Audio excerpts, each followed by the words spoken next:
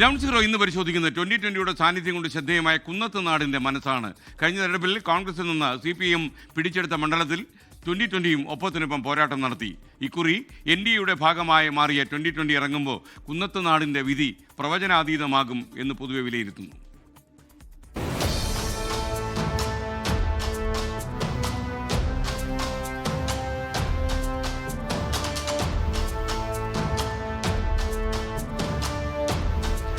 കുന്നത്തുനാട് നിയോജക മണ്ഡലത്തെക്കുറിച്ച് ഓർക്കുമ്പോഴെല്ലാം ആദ്യം മനസ്സിലെത്തുക 2020യും കിഴക്കമ്പലവുമായിരിക്കും. കോൺഗ്രസ് നേതാവും മുൻ മന്ത്രിയുമായ TH മുസ്തഫ സ്ഥിരമായി മത്സരിച്ച് വിജയിച്ചിരുന്ന മണ്ഡലമാണ് കുന്നത്തുനാട്. കഴിഞ്ഞ തവണ ഇവിടെ അട്ടിമറി വിജയം നേടിയത് CPIMന്റെ PV ശ്രീനിജനായിരുന്നു.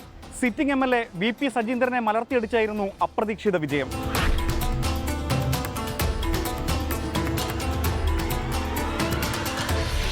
രണ്ടായിരത്തി മണ്ഡല പുനർനിർണയത്തിനു ശേഷം നടന്ന 2 തെരഞ്ഞെടുപ്പുകളിലും കോൺഗ്രസിലെ VP സജീന്ദ്രനായിരുന്നു വിജയം. 2020 നിർണായക ശക്തിയായതിനു ശേഷം നടന്ന കഴിഞ്ഞ തെരഞ്ഞെടുപ്പിൽ അദ്ദേഹത്തിന് അടിതെറ്റി. 2715 വോട്ടുകൾക്കാണ് PV ശ്രീനിജൻ മണ്ഡലം ഇടത്തോട്ട് ചായിച്ചത്. 3ാം സ്ഥാനത്തെത്തിയ 2020യുടെ സുജിത് P സുരേന്ദ്രൻ 42,000-ലധികം വോട്ടുകൾ നേടി ഞെട്ടിച്ചു.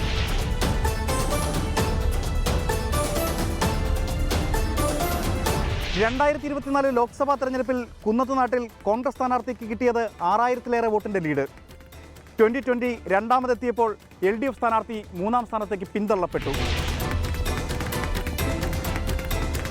2020 NDAയുടെ ഭാഗമായതാണ് ഇക്കുറി കുന്നത്തുനാടിനെ ശ്രദ്ധേയമാക്കുക. കഴിഞ്ഞ തവണ BJP സ്ഥാനാർത്ഥി 7000-ലധികം വോട്ടുകൾ നേടിയിരുന്നു. രണ്ടും ചേരുമ്പോൾ UDF സ്ഥാനാർത്ഥി നേടിയതിനേക്കാൾ 283 വോട്ടുകൾ അധികം. ഇത് LDFന്റെയും UDFന്റെയും നെഞ്ചെടുപ്പ് ഒരുപോലെ വർദ്ധിപ്പിക്കും. തീർച്ചയായിട്ടും നമ്മൾ ഈ തവണത്തെ പഞ്ചായത്ത് തെരഞ്ഞെടുപ്പിൻ്റെ വോട്ടുകൾ നോക്കിയാൽ ഇന്ന് ഞങ്ങളാണ് ഏറ്റവും മുന്നിൽ നിൽക്കുന്നത്. കോൺഗ്രസിനേക്കാളും കമ്മ്യൂണിസ്റ്റിനേക്കാളും ഏറ്റവും മുന്നിൽ നിൽക്കുന്നത് ഞങ്ങളാണത്. അതും പഞ്ചായത്ത് തെരഞ്ഞെടുപ്പിൽ കമ്മ്യൂണിസ്റ്റും കോൺഗ്രസും അടക്കം 25 പാർട്ടികൾ ഒന്നിച്ച് നിന്ന് ഒരു സ്ഥാനാർത്ഥികളെ ഒരേ ചിഹ്നത്തിൽ മത്സരിപ്പിച്ചപ്പോൾ ഉള്ള സാഹചര്യമാണത്. അപ്പോൾ ഇത്തവണ ഒരു ത്രികോണ മത്സരമായിട്ട് വരും. അതുമാത്രമല്ല, ഞങ്ങളിപ്പോൾ 2020 ഒറ്റയ്ക്കല്ല, NDAയുടെ ഭാഗമാണ്. അപ്പോൾ തീർച്ചയായിട്ടും അതിനേക്കാൾ വലിയൊരു വോട്ടിംഗ് ശതമാനം ഞങ്ങൾക്ക് കൂടും. ഞങ്ങൾ 1ാം സ്ഥാനത്തെത്തും, അതിന് സംശയമൊന്നുമില്ല. ഐക്കരനാട് ഗ്രാമപഞ്ചായത്തിലെ മുഴുവൻ വാർഡുകളും തൂത്തുവാരി ഭരണം നിലനിർത്താനായത് മാറ്റി നിർത്തിയാൽ 2020ക്ക് അത്ര മെച്ചമായിരുന്നില്ല തദ്ദേശ തെരഞ്ഞെടുപ്പ് ഫലം. കുന്നത്തുനാടും മഴുവന്നൂരും 2020യിൽ നിന്ന് UDF തിരിച്ചു പിടിച്ചു. തട്ടകമായ കിഴക്കമ്പലത്ത് ഭരണം നിലനിർത്താനായെങ്കിലും 7 സീറ്റുകളാണ് നഷ്ടപ്പെട്ടത്. ആദ്യമായി മത്സരിച്ച തിരുവാണിയൂരിലും പുതുർക്കയിലും ഏറ്റവും വലിയ ഒറ്റക്കക്ഷിയായത് നേട്ടമായി. അതേസമയം വടുവുകോട് ബ്ലോക്ക് പഞ്ചായത്ത് 2020യെ കൈവിട്ടു. ജില്ലാ പഞ്ചായത്ത് ഡിവിഷനുകളിലും വിജയിക്കാനായില്ല. ഇതെല്ലാം നേട്ടമായത് UDFനാണ്. അതുകൊണ്ട് കോൺഗ്രസിൻ്റെ പ്രതീക്ഷകളും വലുതാണ്.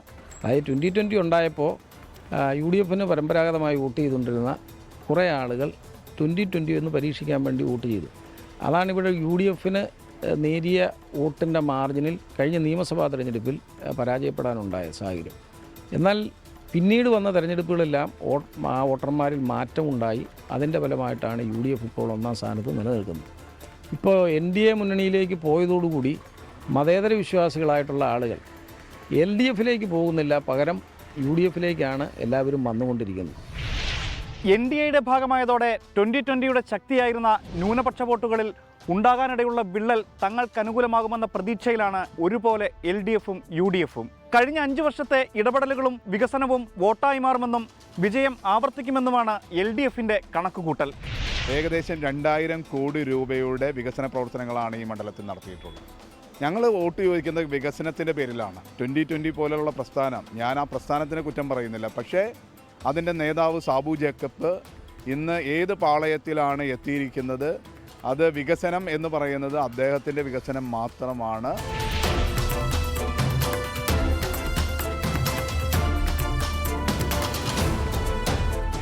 ആര് വിജയിച്ചാലും ആരൊക്കെ പരാജയപ്പെട്ടാലും 3 മുന്നണികളോടും മല്ലിട്ട് 2020യെ നിർണായക ശക്തിയാക്കി മാറ്റിയ സാബു M ജേക്കബ് തന്നെയായിരിക്കും കുന്നത്തുനാട്ടിലെ ശ്രദ്ധാകേന്ദ്രം.